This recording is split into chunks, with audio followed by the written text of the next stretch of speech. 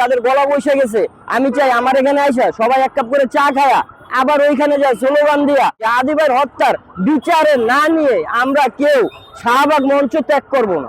আজকে 500 জনের লোকের অ্যারেঞ্জমেন্ট করছি চা খাওয়ার উদ্দেশ্যে ভাইয়া হয়েছে। এখানে যারা আমরা এই শাহবাগ মঞ্চে আন্দোলনের জন্য এসেছি তাদের সবাইয়ের জন্য এবং কি এই আন্দোলনটা সফলের জন্য যে তারা আন্দোলন করতেছে এবং যাদের গলা বসে গেছে আমি চাই আমার এখানে আইসা সবাই এক কাপ করে চা খায়া আবার ওইখানে যায় স্লোগান দিয়া এই দেশবাসীর কাছে সবার কাছে বার্তাটা পৌঁছে দেখ যে আদি ভাইয়ের হত্যার বিচারে না নিয়ে আমরা কেউ শাহবাগ মঞ্চ ত্যাগ করবো না। এই 2 দিন হয়েছে আমার এই চা খাওয়ানো শুরু করছি।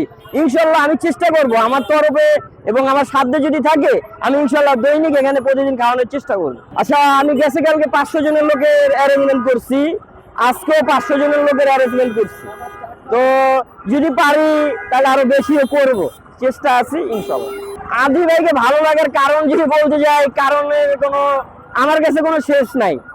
আদি ভাই এমন একটা লোক যাকে ভালো না লাগার কোনো কারণ নাই, এতটুকুই আমি বলতে চাই। আদি ভাইয়ের যতগুলো বক্তব্য আমি শুনি আমার কাছে সব বক্তব্যগুলো তার ভালো লাগে এবং কি বিশেষ করে যার একটা বক্তব্য আমি খুবই অনুপ্রাণিত, আমার মনের থেকে ভালো লাগে। সেটাই যে তিনি বলছেন যে তুমি নিজে জানো, নিজে অর্জন করো, তারপরে তুমি এটা মানুষকে জানাও। এই কথাটা আমার কাছে খুব ভালো লাগে। ইনকিলাব মঞ্চের থেকে অনেকে এখানে 2-1 জন হয়তো বা খেয়েছে, আমি তাদের নাম জানবো না। তো আমাকে বলছে যে এইটা করতেছেন আপনাদের কাছে খুব ভালো লাগছে। এবং কি সাধারণ মানুষ যারা আছে তারাও আমাকে এসে বলে যে ভাই আপনার এই উদ্যোগটা খুব ভালো হয়েছে, আমরা চাইছিলাম করব, অনেকে চাইছিল অনেক কিছু করবে কিন্তু হয়তো বা পারে নাই, কিন্তু আমার একটা ক্ষুদ্র জিনিস মানুষের কাছে ভালো লাগছে। তো এটা আমার কাছেও মনে হইতেছে যে আমি হয়তো বা কিছু করতে পারি নাই, কিন্তু ইনশাল্লাহ আমি চেষ্টা করব যে আমি যদি কিছু করতে পারি। ভাইয়া এটা যদি বলতে চাই, আমি এই টাকাটা শুরু করছিলাম, আমার ঘরে 1500 টাকা ছিল গেছে কালকে, এই 1500 টাকা নিয়ে আমি এটা কালকে শুরু করছি।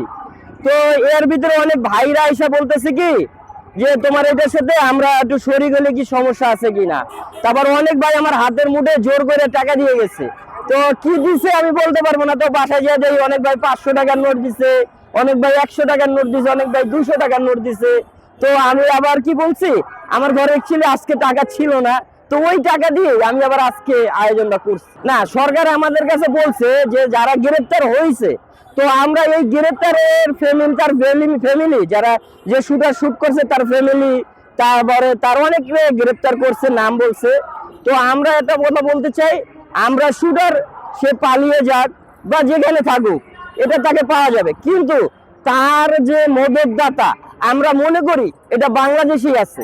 যদি এটা বাই করতে পারে তাহলে আমাদের এই জাতির সামনে সরকারের কাছে আমাদের আবেদন এটা প্রকাশ করাটা। এটি এখানে আয়োজন শেষ করে বাসায় যাই, আবার সংসার চালানোর একটু তাগিদ থাকে, সেটা ম্যানেজ করে ইনশাল্লাহ দৈনিক ইনকাম আসার চেষ্টা করবো। আমার নাম মোহাম্মদ রফিক।